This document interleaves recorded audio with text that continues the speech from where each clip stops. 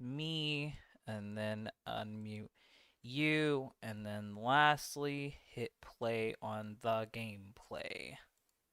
Yeah, I turned my And fan off, and remember how good the Warner Brothers logo with Bugs Bunny with like the fancy suit coming out and stuff and munching the carrot was? yeah, honestly, this is what we're going to be talking about today is like the downfall of Warner Brothers and like our history with Warner Brothers and stuff. Yeah, I Um, mean, I think Warner has been on decline for a long time. It's not been a recent thing because like for those of you guys who don't know the news, first of all, Warner is thinking about selling itself. Not just Warner though. It's Warner, DC, and Mortal Kombat, and they're treating them as three separate sales. So DC, Warner, and Mortal Kombat are up for sale. And I want to start with the beginning of where I think Warner went wrong, and we'll just talk about it and like just ease into what it is now, because like it's so easy to do this conversation, just be like lol, go woke, go broke, and just wrap it up as that. I don't want to do that. I want to give like an actual retrospective of the issue because it's been an ongoing issue for a while. So, Yeah, at least like 20 years, right? longer. I would say the issues with Warner started in the early 1990s when the Cartoon Network was founded. And I think that Warner, all the way back then, was having an identity crisis. They didn't really know what they wanted to do. They didn't really know who they were, and they didn't know what properties they actually wanted to use anymore. And I think that that is obvious through how many times Warner keeps getting bought and sold, and how many times it keeps trying to refresh its IPs, only for those IPs to continuously fail due to lack of direction. Because, like, some people would be like, well, there's no shock that this thing failed. It's a modern leftist blah blah blah. But it's like you got to remember in the 2000s, not even the 2010s, in the 2000s, Warner tried to do an edgy reboot of the Looney Tunes with Lunatics Unleashed. Like Warner Yeah. has been having an identity crisis for fucking ever. And I think Warner, when it was at its peak, not Golden Age Warner, I'm talking about Modern Age Warner. When Warner was at its peak, it would be in the late 90s when they had the WB channel.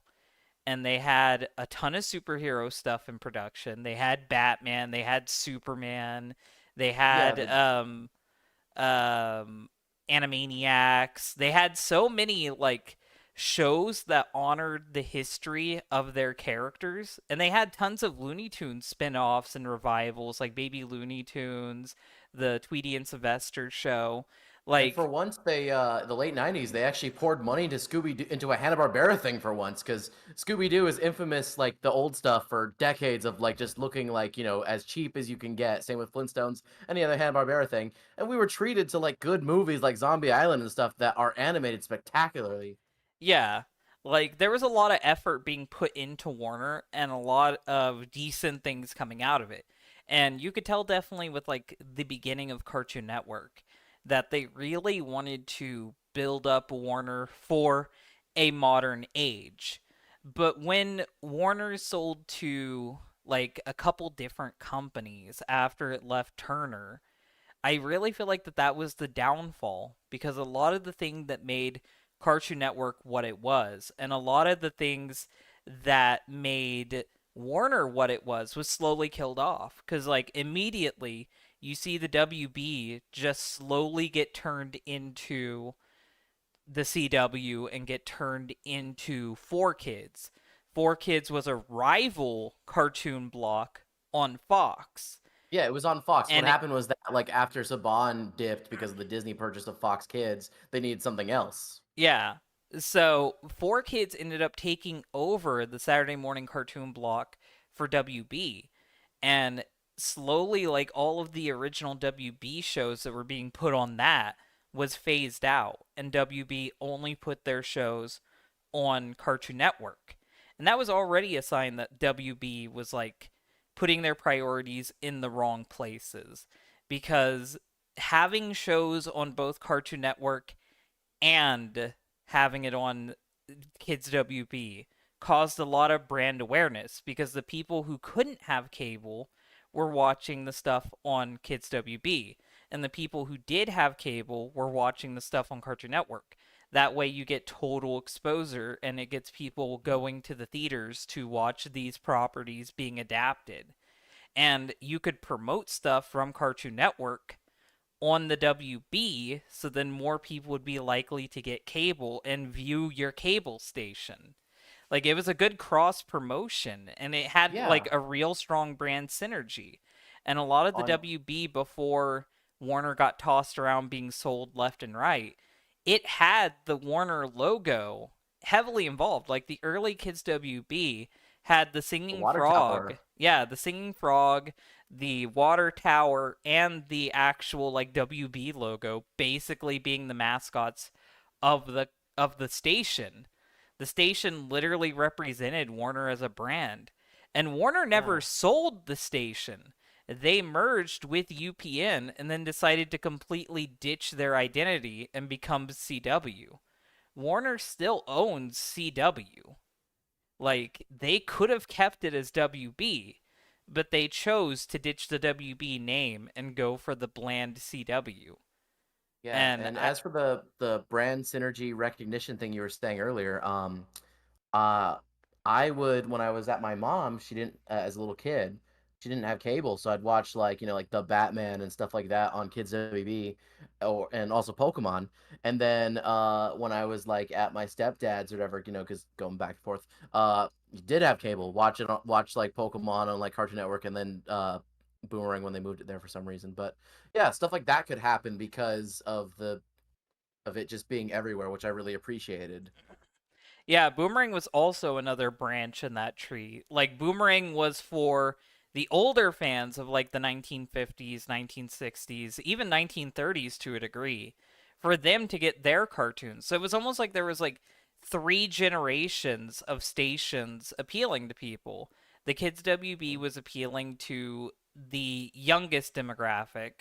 The Cartoon Network was appealing to the middle age, and then the Boomerang was appealing to the oldest. And it was really good brand synergy, and it made a lot of sense to do it like that.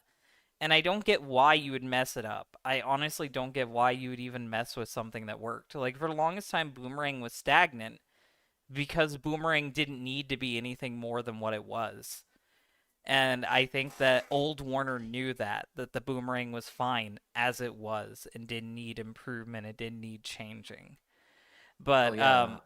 going into the late 2000s and 2010s, that is when things started getting really bad. You had the death of Toonami, which Toonami would come back, but it was dead for a minute. You had the complete changing of the cartoon space on Cartoon Network. Because, like, when Cartoon CN Network, Real. yeah, when Cartoon Network got rid of Hanna-Barbera stuff, it was due to legal issues. When they got rid of, like, old Warner stuff, it was due to legal issues.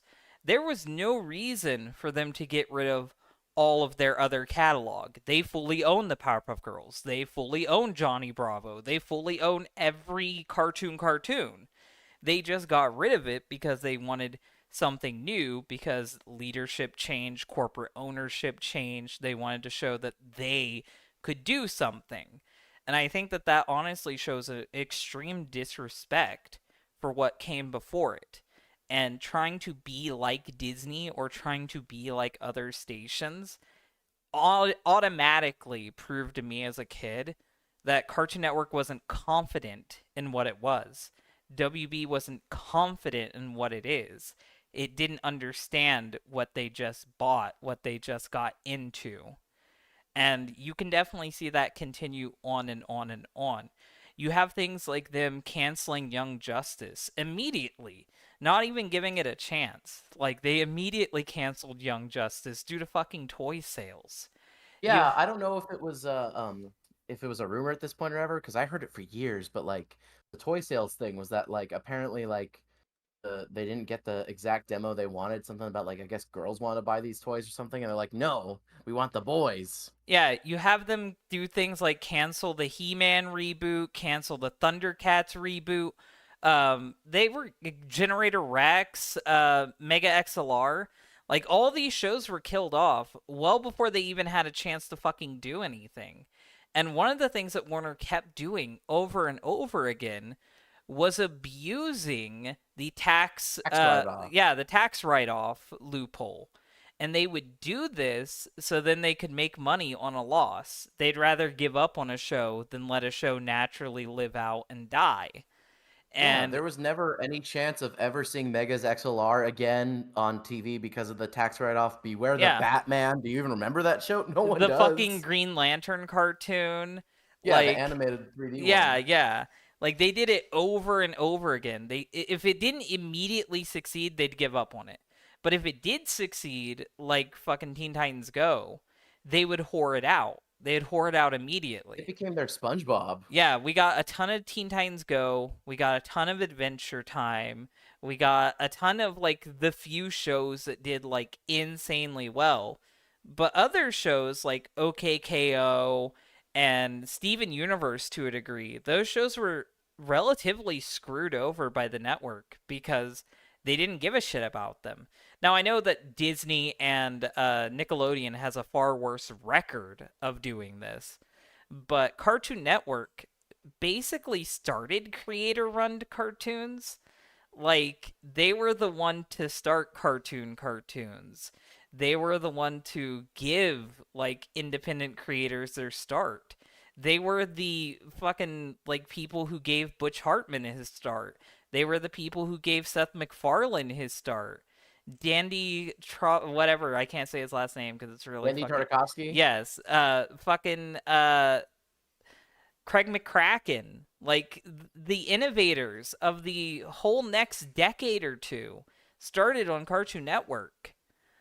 Like it's insane the amount of creativity and expression that Cartoon Network used to have, and then they just floundered it.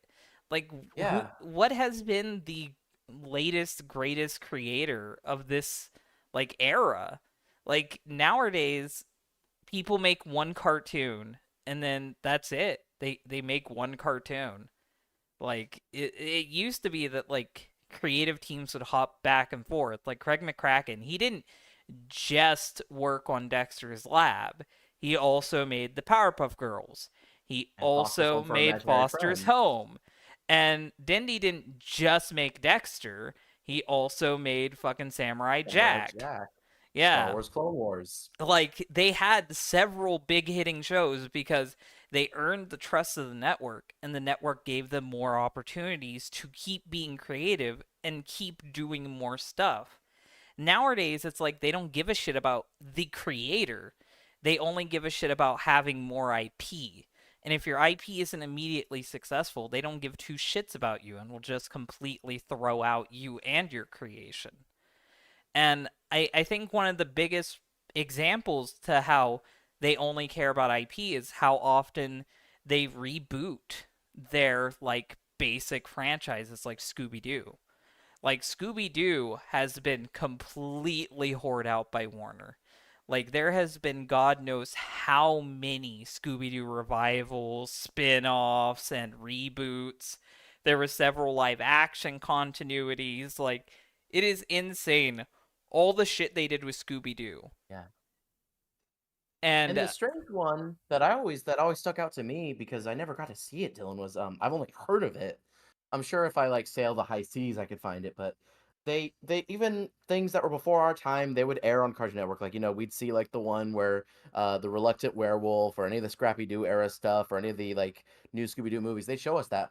But in the early 90s, before the late 90s, when they had like the Zombie Island and the cool like well animated revival movies, they had some like Arabian Nights Scooby-Doo thing that I've never seen them ever like acknowledge exists. well, yeah, that's the thing though. Is like Cartoon Network used to do cartoon history blocks where they would bring in like really old cartoons. They'd The bring Chuck in Jones show. Yeah, they'd bring in stuff from like the 1960s, the 1970s, and they would normally stick this at like ghost hour shifts, like 6 o'clock or 5 o'clock or whatever. But nowadays, it's like the most cookie cutter basic shit. It's like Adult Swim's on at night, then as soon as it hits 6 o'clock or whatever, then it switches over to Baby Network. And like, there's no fun to the network schedule anymore. It's just like Baby Network exists until kids are out of school. Then when it's bedtime for kids in school, it switches to Adult Swim. Then rinse repeat. Meanwhile, Yeah. old Cartoon Network, they had like specifically themed days. You had Cartoon Fridays. They had specifically themed like blocks, like the cartoon history, like I was talking about. I don't remember the name of it, but it was like And also the proto, like, because all these things would retroactively become Adult Swim shows, but like the Space Ghost Coast to Coast and all that stuff that started in the late 90s. And these shows, like, they were more aimed towards adults, even though it was still on the Cartoon Network. um they give me a sec, I'm sorry, I'm no, no, having no. a That kind of Okay. calls back to what I was saying earlier, though, is like, But it was them. I'm saying like they mined their IPs, but in a way where it felt like they actually like it didn't feel like the way that they reinterpreted Space Ghost or that they did like Sea Lab 2021. I believe that might have actually been Adult Swim time, but like they like took the animation cells as if they were sprites and just kind of like threw them around and stuff, and it I was would kind say of that cool. I would say that all of the early cartoons and even some of the later ones and the early Adult Swim stuff, they paid heavy homage to the beginnings of Warner and the Hanna-Barbera era cartoons. You Yeah. have Space Ghost Coast to Coast taking not only Space Ghost, but several other supremely obscure Hanna-Barbera characters and putting them all into one wacky setting. You have Harvey Birdman, Attorney at Law. You have C Lab. You have all those shows calling back to so many cool moments in old cartoon history and poking fun at it. They're the most basic jokes, but you know what? At the time, it was funny and different. And it's only cringe in hindsight because we've seen this happen so much nowadays. But it's very respectful to the source material. I would take Scooby Doo and the gang being secret pot smokers over anything that they do nowadays, like the shitty Velma show. Like that is Yeah. still a more like hell, even Scooby Natural was still a better critique at Scooby Doo than the Velma show. Like, Dude, the fucking 5 second joke or however few minutes it was, the Scooby Doo joke in Jay and Silent Bob Strike Back is better than Velma. yeah. The Venture Brothers is another show that called like a lot About the of 60s and stuff. references to Warner's past and cartoons past in general, like to Johnny Yeah, Quest, yeah, yeah, Scooby yeah. Doo Johnny Quest, again, and you know what? like I didn't realize Clutch it was a reference Cargo. until like, yeah, Clutch Cargo. I didn't realize Dylan until I saw his pajamas. I'm like, holy crap, that's pretty good. So like, I forget which one is Hank and which one is Dean, but like, Hank's the blonde one. okay, so Hank's the one that's dressed like Fred from Scooby Doo, but the other one, I'm like, what is he supposed to be? Like a Hardy Boy or something? Then I saw his pajamas or Spider Man. He's '60s Peter Parker. Yeah, he is. He's Steve Ditko. Yeah. Like, it's really cool, and he does end up mirroring Steve Ditko a lot in his ideology and stuff. But we're not here to talk about that. Continuing on the Yeah. talk about Warner, I would say CN Real is definitely like the big moment. Like during the CN Real era, people talk about that, but like the death of Kids WB happened identically at the same time as CN Real, and a lot of the old cartoons were just canceled and removed, and they tried to introduce a bunch of new stuff and didn't even really care if people wanted the new stuff. And it wasn't new stuff that like anybody even asked for. It was just like very uninspired cringe shows done on a cheap budget. World of Like, Quest, Skunk Fu. yeah, I would say honestly, sadly enough, the only thing from that era to actually have sticking power was Johnny Test. Yeah, Like Johnny Johnny Test Test. had staying power. It did, and I remember seeing that on like yeah towards the end of Kids WB, like the slash the CW era, or whatever. They CW did for kids. immediately cut the budget though. They cut the budget Yeah, immediately and yeah. switched it to Flash, which The sucked. first season, I was about to defend the animation of the first season. Actually, looks like real good animation. Like it looks fine. Yeah. The only show that like legitimately is worth watching from like the switch over from Kids WB to the CW for kids was the Spectacular Spider-Man, which is so not Warner, you know. Well, yeah, it's because Spectacular Spider-Man had Sony money behind it. That's why they did the Venom adaptation so early. Like Sony was funding that. And it only got canceled because of Disney, the Disney buyout. Yeah, So, like that one's completely out of Warner's hands. Like they couldn't handle, like they couldn't do anything about that. yeah. No, I But just think going back to it's it, really a strange web. Oh, I that's good. I think that I think that like Warner has never ever been able to properly handle their IPs, because if you look at any of the adaptations of DC properties, none of them were faithful. Like for as much as I like Tim Burton's Batman is nothing like comic book Batman. And even then, Tim Burton's Batman existed for 2 movies And then the next two movies completely acted like the Schumacher, yeah. first two movies didn't happen, but also they're in the same universe.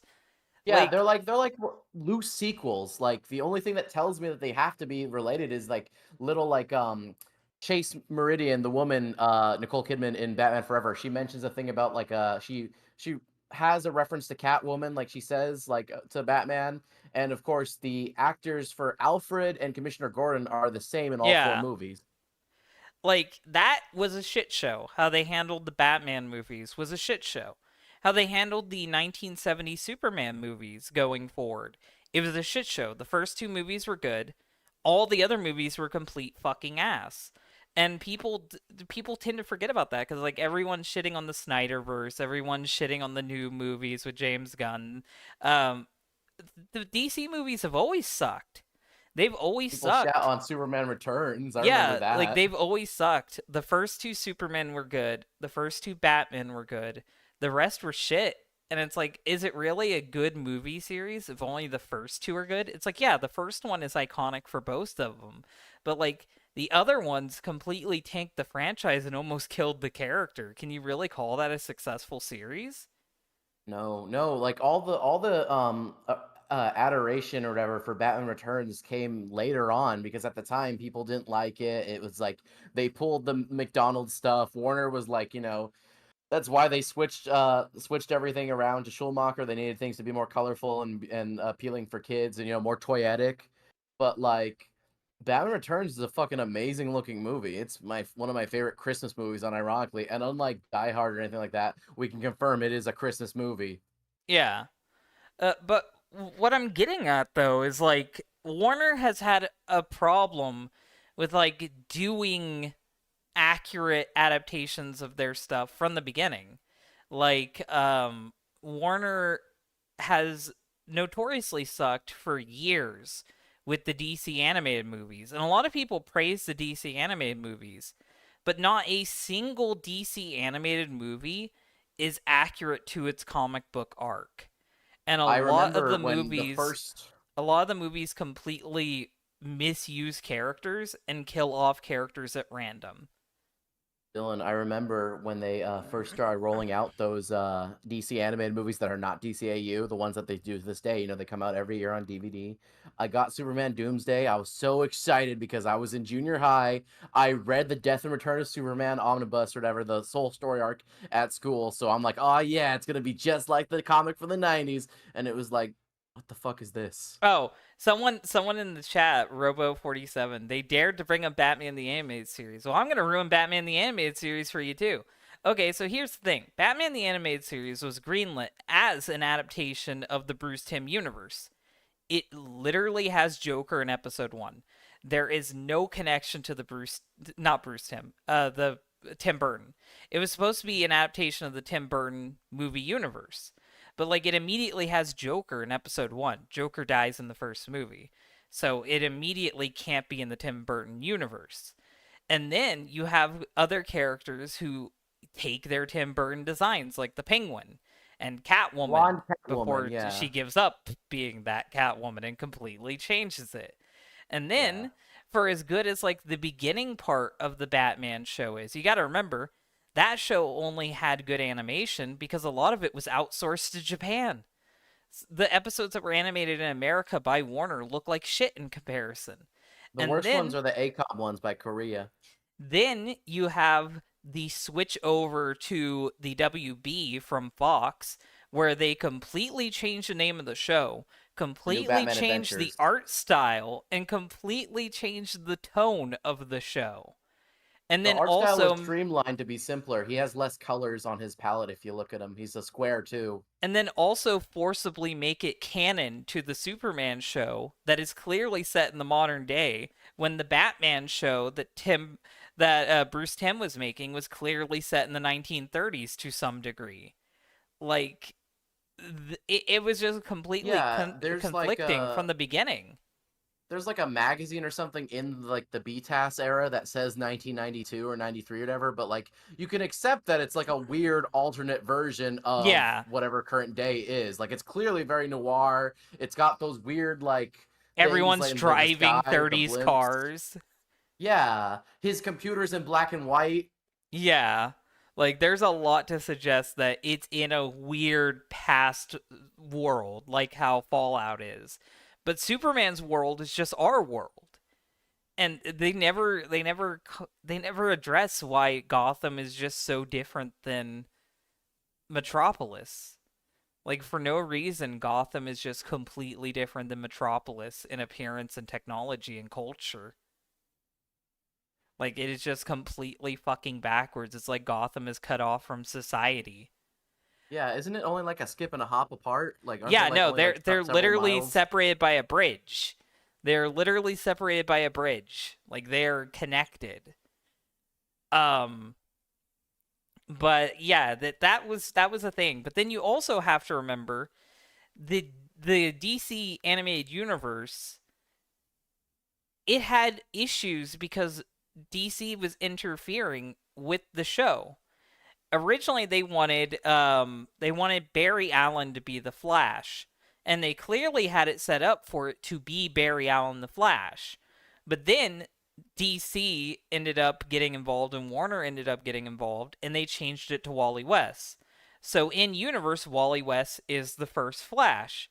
But then later they established Barry Allen and Barry Allen existing at some point, but we never get to know anything about Barry Allen because you know what, we're not going to go on this can be a whole separate video, but just know Yeah, there yeah, a are whole DCA tons video would be great. there are Yeah. tons of contradictions in that universe, and it's because they just didn't give a shit and they had to also be limited to like what they could and couldn't do, because originally Static Shock wasn't supposed to be canon and Teen Titans was supposed to be canon. And you can obviously figure out that like DC and Warner changed their minds in development because the Teen Titans show shares nothing in common with the Batman animated series universe. Meanwhile, the Static Shock show tries to go out of its way to be like the animated universe, even though it wasn't supposed to be in the Yeah, if animated you look at the universe. first season, it's drawn differently. Then, like the second season, they shade it like the other DCAU shows so that when they have crossovers, it's not weird. Yeah. But yeah, that seems to be like the real problem with Warner is that big companies buy Warner and they have access to an unlimited amount of IP. They have access to like an unlimited amount of resources, but they don't know what to do with these resources. And they're not creatives. They're not creators. They don't give a shit about creatives and creators. And so you get lackluster product because they just looked at statistics and what's popular at the time and then tried to copy it rather than having an inspired direction and like idea where they were going with the product. Yeah.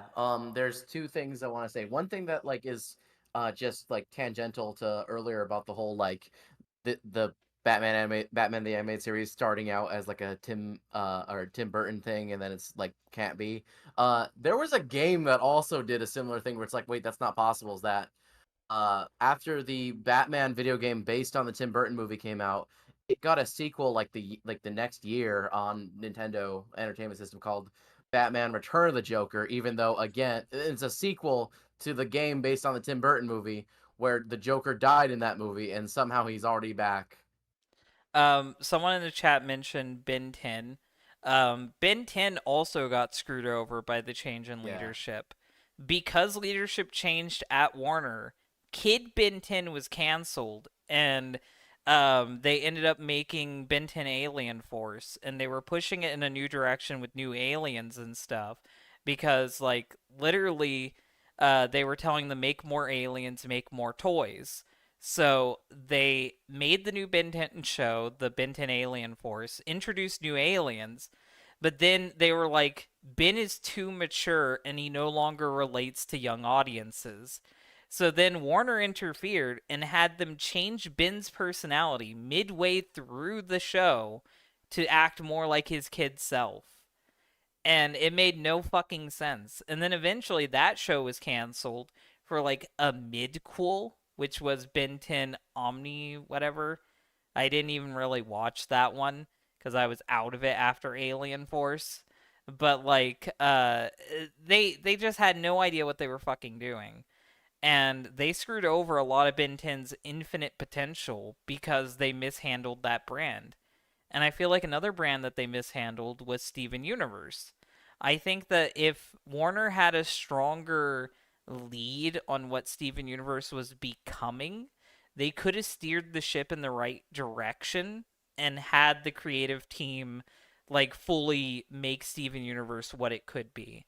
But because Warner was so hands off on the show, they allowed the episodes to be late over and over and over again, causing the Steven bombs to happen. The Steven bombs were a horrible release schedule. It made a lot of hype for the show die. It made filler really noticeable and bad. And I feel like that a lot of the issues that came from Steven Universe is just how hands off Warner was with it because they didn't give a shit. And I feel like that's like the big problem with Warner, and it has been the big problem with Warner, I'd say since like the mid 2000s, is that they don't give a shit. They just don't give two shits. They're going to keep throwing IP at the wall, and if it doesn't stick, they're just going to shoot it in the head and then try it again later. Yeah, Like I they was don't. thinking earlier when you brought up the Lunatics Unleashed thing, and it's like I get where they're coming from because it's like, oh, it's look, I'm a little boy and I love these Warner and Cartoon like networky type things, the Kids WB whatnot. So it's like, oh, hey kid, do you like Batman Beyond? Absolutely. Do you like the Looney Tunes? Absolutely. Do you want them together? No. One of the worst things is it's like in the WB era, there was a show called The Tom and Jerry Show. In the Cartoon Network era, there is a show called The Tom and Jerry Show. They are not the same show. Warner made the same show twice with completely different tones, completely different animation styles on completely different networks. There are Wow, I two didn't know Tom that. and Jerry shows.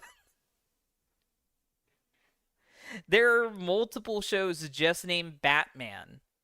Like, this is an issue. It's an obvious issue. It's a lack of creativity, a lack of inspiration. Like, for as much as you can hate on like the Batman from WB, like it was still like trying something new, trying something different, trying to be its own thing. Oh, I don't Like, mind the Batman on Kids WB. but they I didn't even watched give it. It's that a just that chance. They immediately the killed that as well. Yeah, it had a few years in it. It's just like the problem with that is that it's really hard to follow up being like because Batman Beyond was fine, well, didn't get to have such a hard time compared to the Batman because it wasn't like a completely fresh restart. It was a sequel to BTAS, but this was like its own thing trying to follow up BTAS, so people had expectations and such, and there was baggage. Kind of like how recently people have been talking about how the James Gunn Superman movie, which should have just been, it was going to be called Superman Legacy and they shortened it to just Superman. I really wish they would have kept it as Superman Legacy so it had its own title. But they say like the movie flopped because it didn't make like 60 it made 60 million less than uh Man of Steel or something like that. But I to come to the movie's defense, I think it's a fine movie, but Superman, but it had baggage. It had like over 10 years of people having like just being tired of being burned by DC on film, whereas Man of Steel came out post Dark Knight trilogy. People were looking forward to DC movies then. Yeah, and I think one of the big mistakes is, and they're doing the same mistake again, is not having the Batman from the Dark Knight trilogy be the Batman v Superman. You already built up that Batman. Everyone knows that Batman. It's not a failed franchise. It went out on top. Why would you not have that Batman be the Batman in that franchise? And then Yeah. it's the same thing with the new Batman movie. It's not canon at the moment to the James Gunn universe. There's a Batman movie that now has a Penguin spin-off show that is not canon to the current DC universe. What are you fucking doing? Why are Yeah. you doing this shit again? Like, did you And I get that not they're see like Sony fail with its Spider Man not Spider Man universe? Why would you do this? exactly. I understand that they're like, oh well, the Batman is so ground, like the one with Pattinson is Yeah, so there are grounded and stuff. It's multiple like, The yeah, Batmans too. Thank you, Warner. yeah, dude. Like a year or so ago, there was like a point when okay, that movie. So there was the Batman with Pattinson. So we have that guy, and then also around the same time, there was that Flash movie that came out that no one fucking watched, which had Batfleck. It had Keaton Batman, and then at the end they showed just to fuck with you, they put George Clooney Batman in. Oh, So there was a time, Dylan, where there was like four Batmen that were active on screen. someone brought up the Peacemaker show. Peacemaker is so fucking complicated that the season 1 finale ended with the Snyderverse Justice League showing up. Then they refilmed it and then put the new Justice League in the ending. So there are now two versions of the ending of season 1 of Peacemaker, one where it's set in the Snyderverse and one where it isn't. DC, what the fuck are you doing? Warner, what the fuck are you doing? You literally had the Suicide Squad, and then you had another Suicide Squad, which has the exact same fucking name, and Yeah, then the Suicide Squad. That V is really holding it up, oh yeah, Dylan. yeah, definitely a huge differentiator there. Um, Yep. but you had those two back to back, and then you have those set in the same universe. Then you have Peacemaker, who's introduced in the Suicide Squad, be put into the James Gunn universe. So does that mean that Suicide Squad is in the James Gunn universe? Is Harley Quinn in the James Gunn universe? Because then that would mean that the Snyderverse is canon to the Gunn universe. Or is John Cena just carried over from the Suicide Squad and the Suicide Squad isn't canon to the Gunn universe? And then I remember another movie no one really fucking watched, but like I heard it was like good, so maybe I'll check it out, was Blue Beetle. But James Gunn had said like, oh well, he did such a good job, the lead actor as Blue Beetle, that this he could probably have a spot in the Gunverse. I'm Well, like, he what? wanted Blue Beetle and Black Adam to be moved over to being in the Gunn universe, but Warner said no.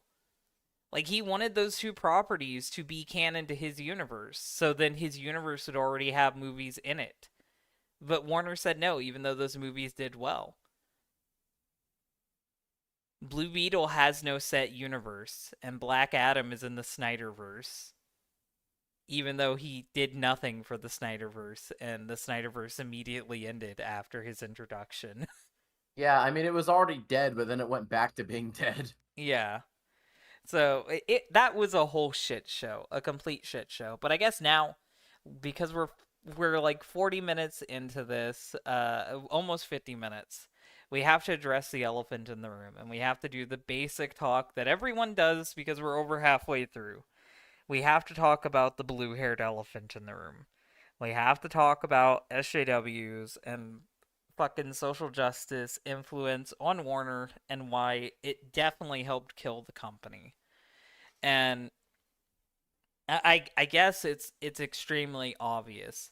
You see how much of DC Comics were changed to appeal to people of demographics who didn't read the comics. You get things like all of a sudden Tim Drake being bi.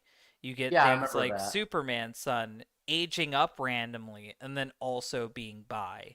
You have things like characters randomly getting race swapped, like Wally West, and then there's two Wally Wests, and then Black Wally West dies because he didn't matter. He was actually just a pawn this whole time. He's not a real character. They killed Um, off the white Deadshot because they need to have a black one to like make people not confused about the Will Smith one from Suicide Squad. yeah, like they they did a lot of stuff for pandering, and it just completely fucked up everything. Like it completely fucked up everything. And like I don't think people realize just how much shit got fucked over because of pandering.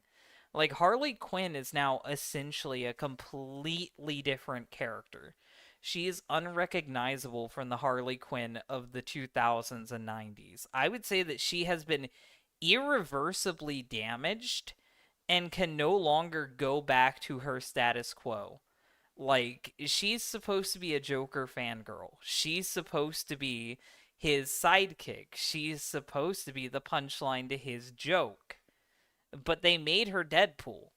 And they did that as like an empowering woman thing and to make her lesbian and stuff. Mhm. And oh, no, wait, lesbian would be too daring. She's bi because they're all bi, so then they can also Yeah. date the straight heteronormative couples. But whatever.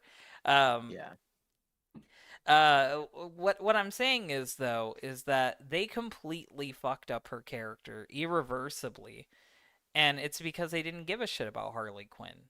They didn't care about like the fact that Harley Quinn, when she's sane, she's only insane for the Joker. She only puts on the insane act to impress the Joker. She's actually not insane. She's incredibly stable. When she's locked up in Arkham, she's a nice person and she gets along with the other inmates and she helps them. Like, she was a doctor. She was like a fucking A student. She was like a good girl.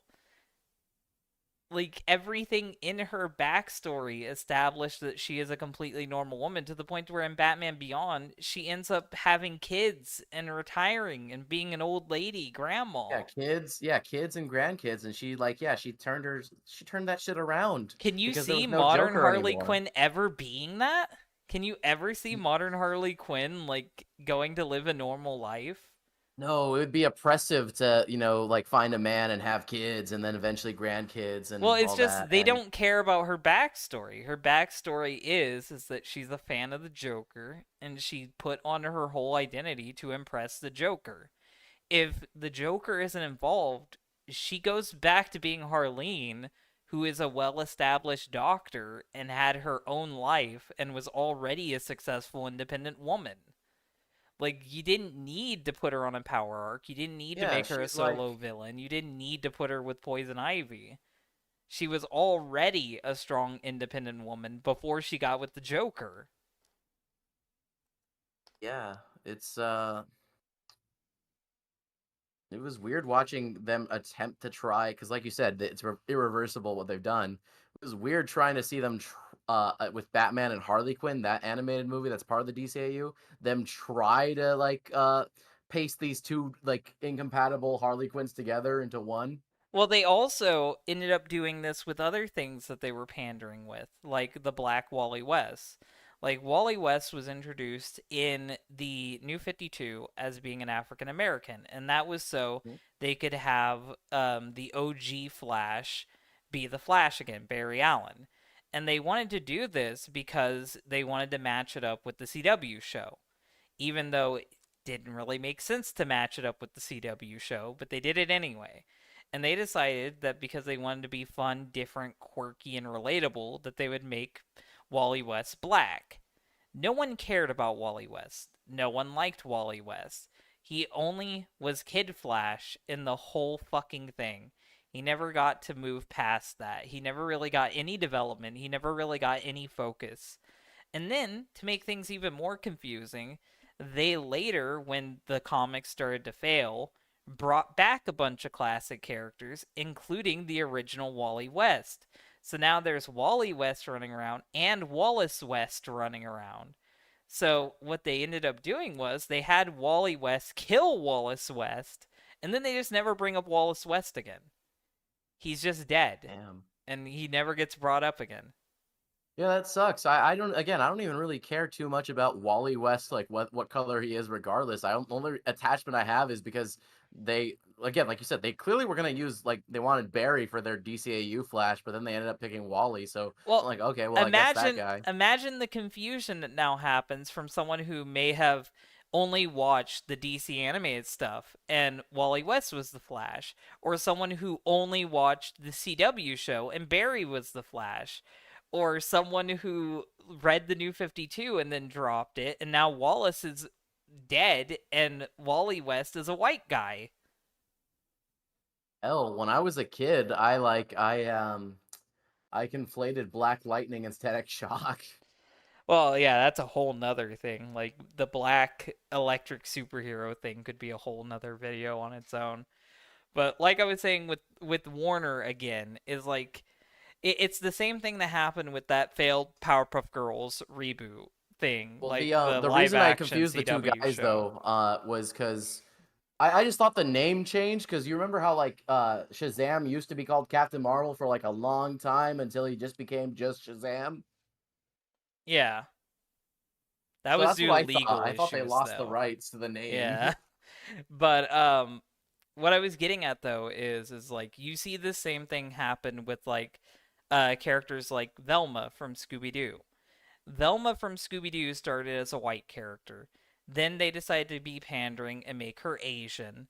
Then they decided to be more pandering and make her be specifically Indian.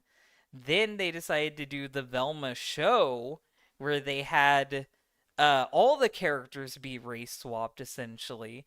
They didn't give two Except for shits Fred. about the Scooby Doo universe.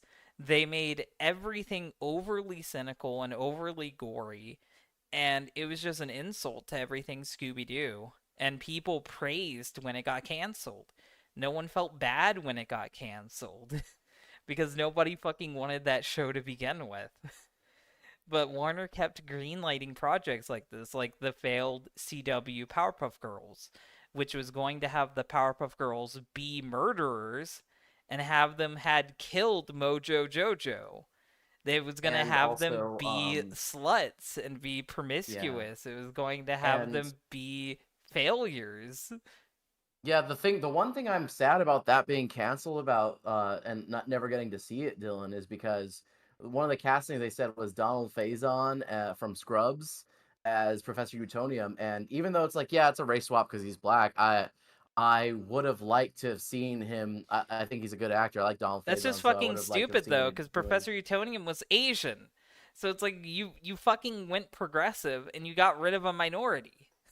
You got rid of a Yeah, that happens minority to put in a sometimes. different minority. Well, it's like a rock paper scissors thing. I guess black beats yellow. It's just fucking stupid. It's completely fucking stupid. It's putting your priorities in the wrong fucking place. But luckily, that show got destroyed because Warner yet again went through another restructure and they decided to kill everything. They Same with killed the Latina Batgirl. Yeah, they killed that. They killed the Batgirl movie that they were making. They killed the fucking Roadrunner movie they were making. They killed practically everything they had in development at that point.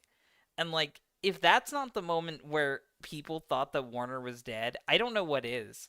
Because like that happens, and then also at the same time, Warner completely gives up on the game that's on the screen right now, Multiverses, and just quits trying Mhm. with it. Like Warner didn't give two shits or a fuck about any of its IP or any of its fucking following or any of anything to do with it. They just wanted to make like easy money and then be done with it. And that's what this acquisition is. That's what this sell is. Superman did well. A lot of properties this year have been doing well. 2025 has been a good year for Warner. But because Warner has like the same problem it's had for over 2 decades now, they want to sell while they're on top and just run away and not deal with it. Yeah. Yeah, And like I said earlier, I love that Superman movie that came out recently. I really enjoyed it. I saw it twice in theaters, and I know that it failed in quotations, because it didn't make as much money as Man of Steel. But like I said, there's baggage. There's a reason why a lot of people didn't go to see it because they've been fucked over by Warner for so many no, Professor years. Utonium is Asian. He is Asian. Oh yeah, he looks just like Samurai Jack. Someone was saying, "Am I confusing it with Samurai Jack?" No, he is Asian. Um, but what I'm getting at now is to the point of where Warner currently is. We've already talked about like all the issues it's continuously had for decades. Now we need to talk about, before we wrap it up, the companies that are trying to buy it and who Okay. would be the worst and who would be the best. So, one of the companies that is trying to buy Warner is Netflix. And I think Netflix is a horrible choice because Oh right yeah. now Warner is giving out its IP to a lot of things like MeTV Tunes, to a lot of smaller stations to let them air stuff that Warner doesn't mess with anymore. And if Netflix got a hold of the Warner IP, they would immediately yoink all that shit and put it on And do Netflix. nothing with it. Yeah, they would put it on Yeah, Netflix or just put it in a vault to not be used at all. yeah, they Meanwhile, have right no interest in now, vintage they're cartoons. actually giving people access to these cartoons. The entire Hanna-Barbera library, the entire of the original Looney Tunes library, they're actually letting it air on regular TV again and regular streaming Scooby Doo, Where Are services You for was on free. Tubi for free. Yeah, that wouldn't happen if Netflix got it. A positive of Netflix would be is that Netflix knows how to do streaming shows. So if Netflix were to make a show, they would most likely know how to market it and they would most likely know when to pull the cord. They're not as bad as Warner is with canceling shows. Occasionally they'll cancel a show that did well, but most of the time they know when to give up on a show. Um, I would think overall Netflix is as soulless as Warner though, and it would be business as usual if Netflix absorbed Warner. And Netflix wouldn't give two shits about Mortal Kombat. They would only want DC and other IP. They're an IP farm. They wouldn't give two shits about all the other shit Warner does. Yeah, Mortal Kombat's not marketable enough because you can't get every demo. Another company that wants to buy Warner is Viacom. Now, if Viacom buys Warner, this is going to be one of the worst case scenarios because Viacom will essentially, which by the way, Viacom's calling itself Paramount now. It's not Paramount, it's Viacom. But Viacom would essentially be Disney at that point. If Viacom gets access to Paramount and gets access to DC, that's all of the classic cartoons of Warner, like how Disney has all the classic cartoons of Disney, and then Mhm. also the entirety of the DC universe, just like Disney has the entirety of the Marvel universe. They would be a direct rival to Disney, and this could either cause both of them to compete with each other and make really good products to compete with each other, or both to further stagnate and only cause a lot more shit product to come out. I So, have a like, question. what?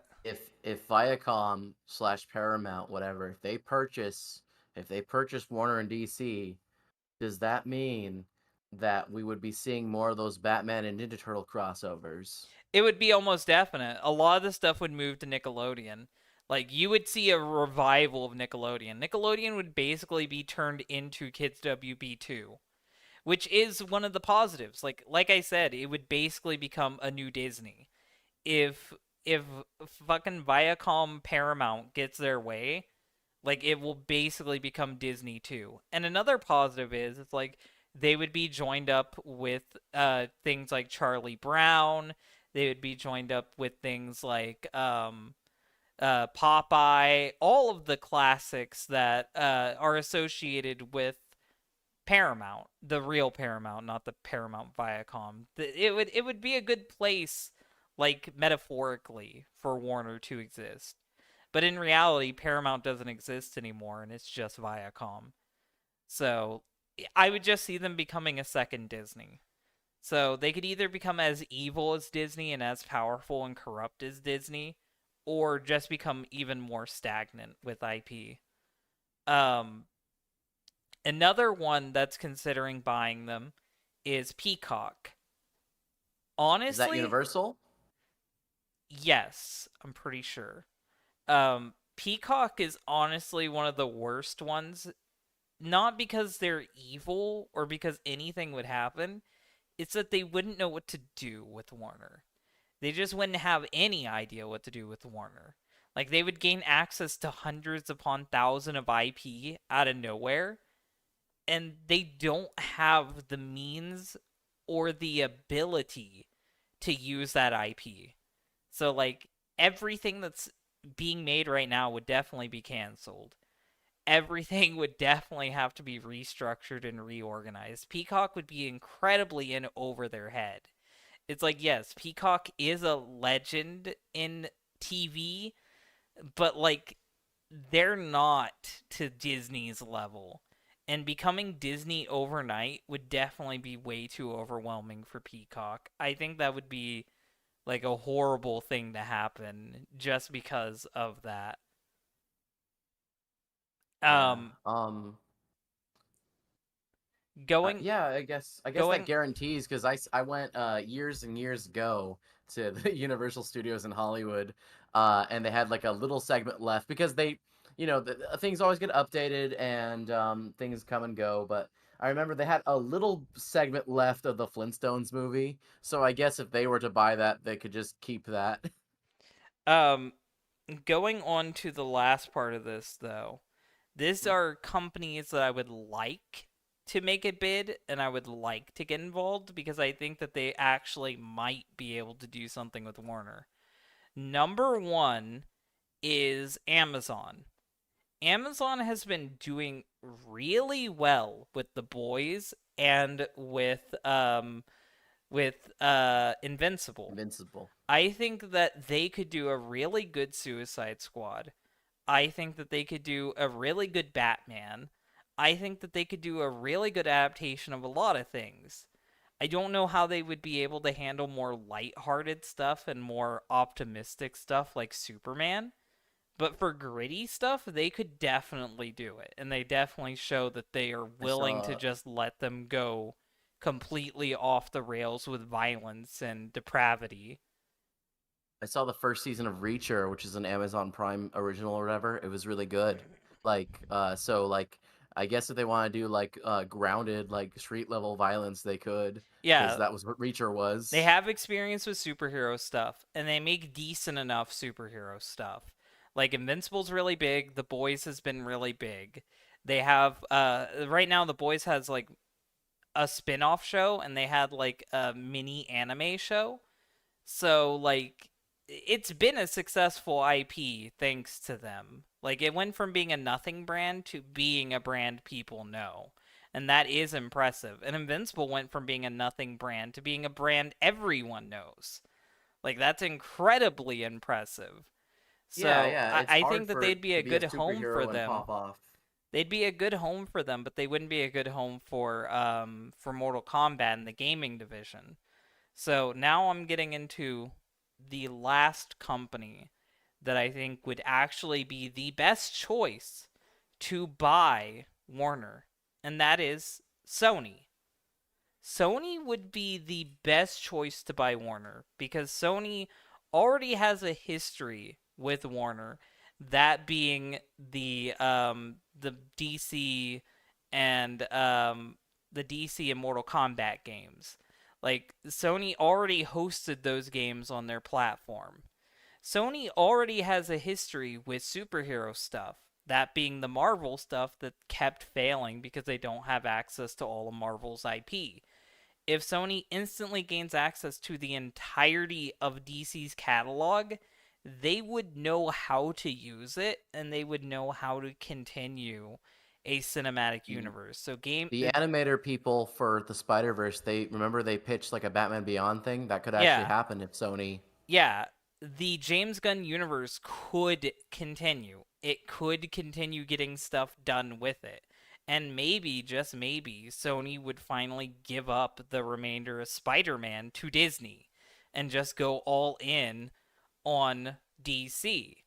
And Sony actually is a gaming company, so the Warner Games division could just be absorbed into PlayStation, and we wouldn't have to worry about Mortal Kombat.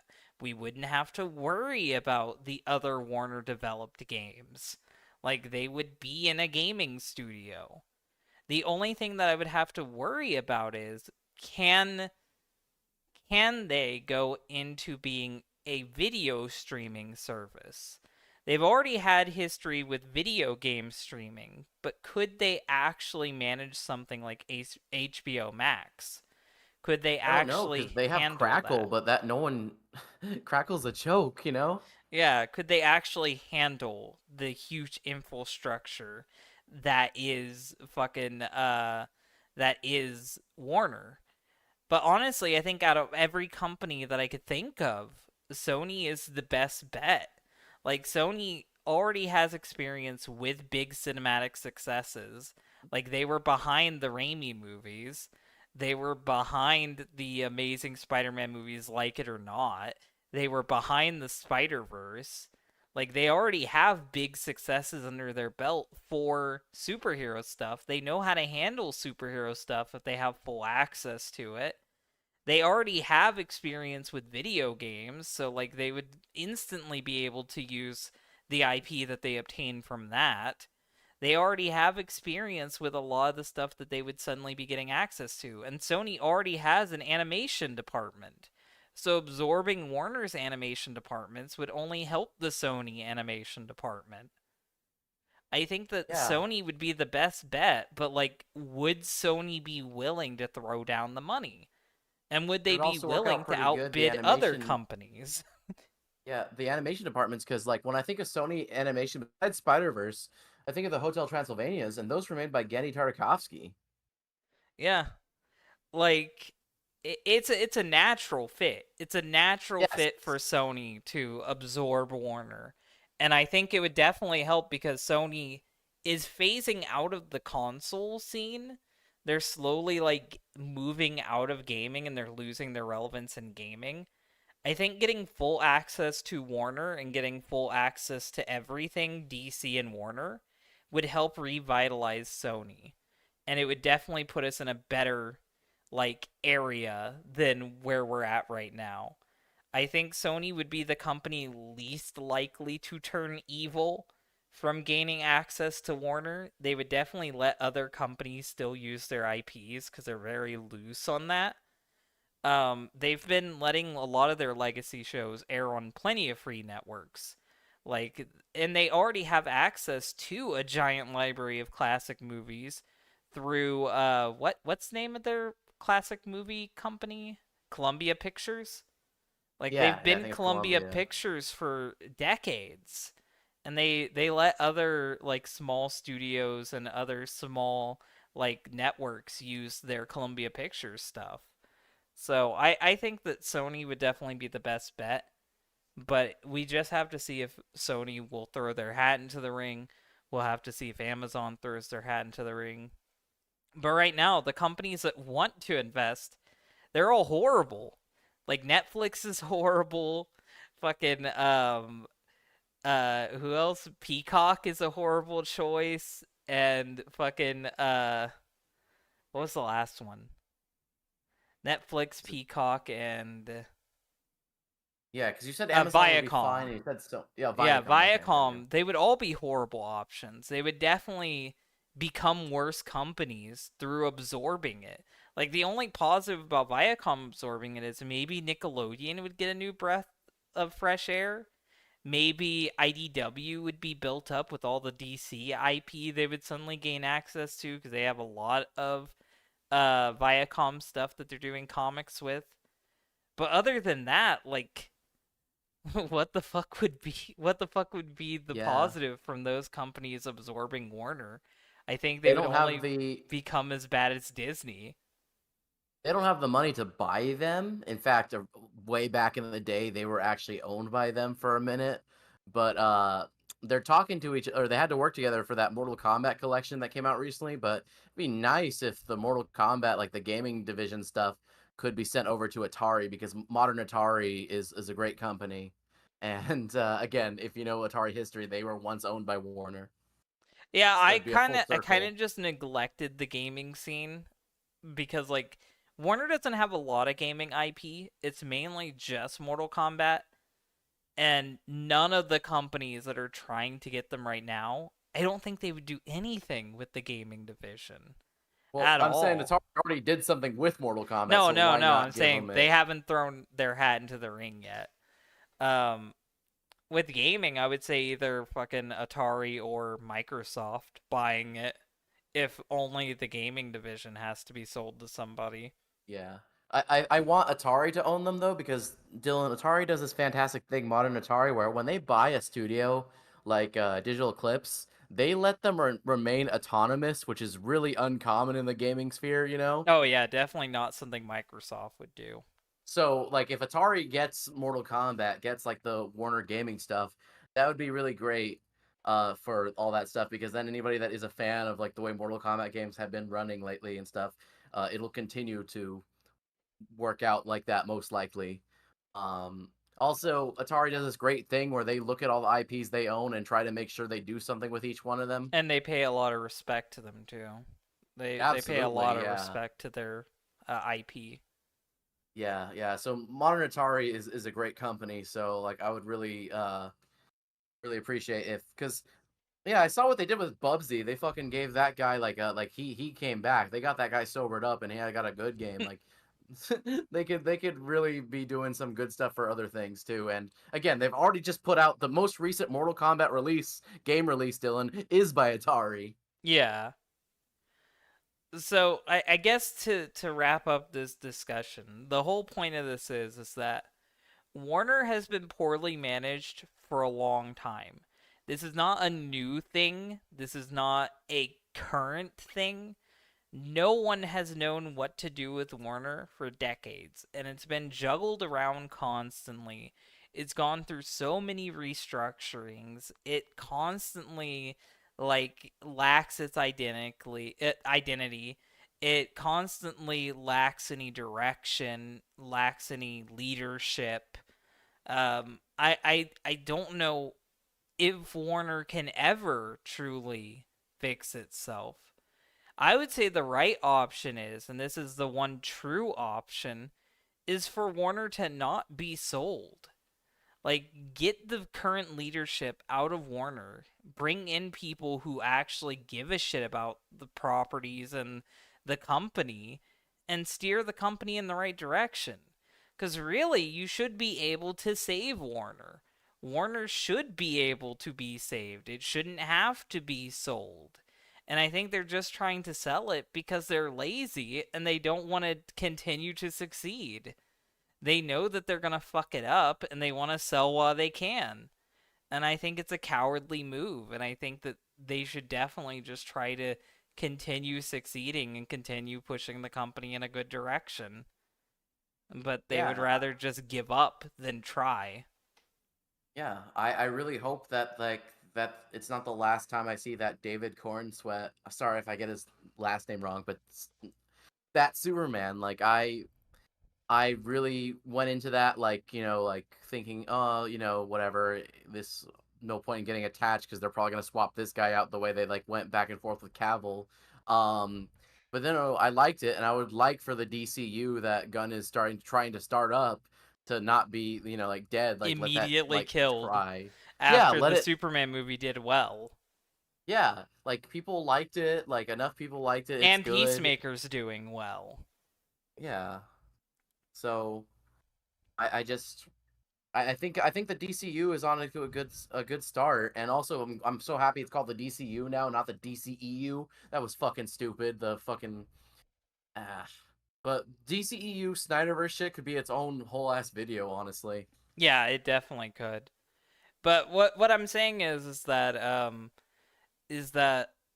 right now it's dark times for Warner, and I don't see this. It's like the Alien versus Predator tagline. It's like no matter who wins, we lose. I Yeah. I don't think there's any positive outcome for this, rather than Warner have like a change of heart and go full on Scrooge on us and learn the true meaning of Christmas and actually fix their fucking company. Because, like, fixing your company is the right option. Just fucking man up, fix your company, and don't be incompetent. Like, that's the obvious direction. That's what everything that you've done should have taught you. Every mistake that you've made over the past 2 decades should have taught you how to succeed. But they're not learning from their mistakes. They just keep doubling down on their mistakes. The Yeah, reason realizing how old Mega's XLR is, so then it's like because we were talking about the tax write-offs, I'm like, damn, they've really been doing those tax write-off things since we were kids. Yeah, yeah, they've been doing that for a long time. That's not a current thing. But right now, the James Gunn stuff should be an example to show you that letting someone have a creative vision and letting someone have a creative direction does well for you.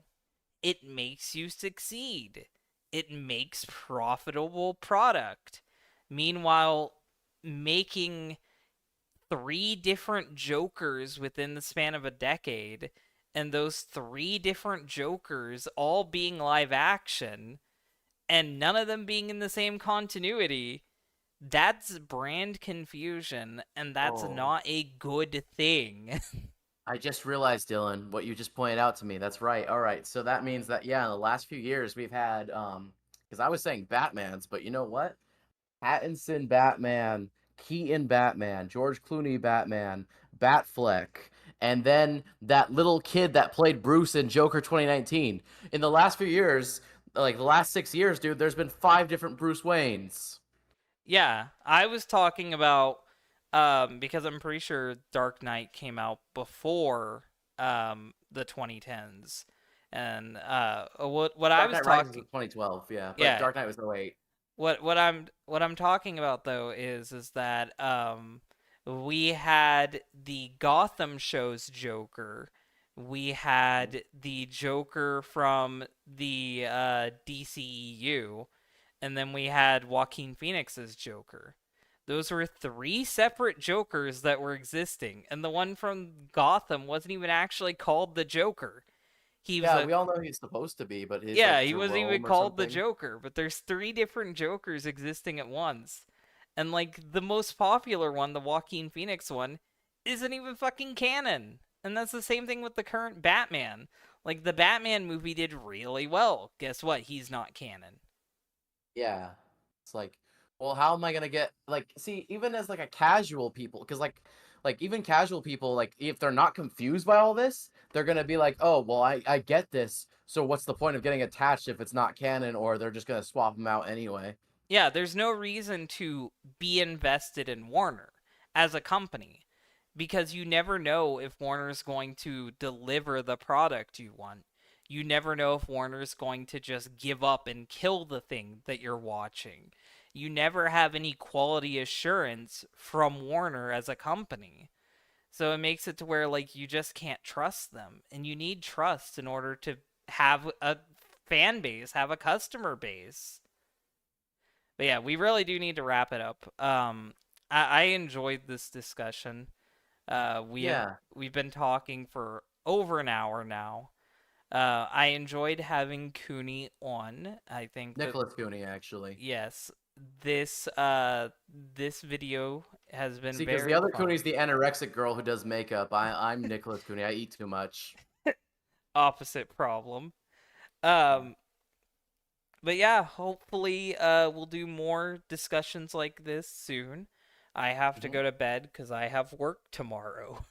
So thank you guys for watching this stream and see you next time. All right. Thank you, everyone. Have a good night.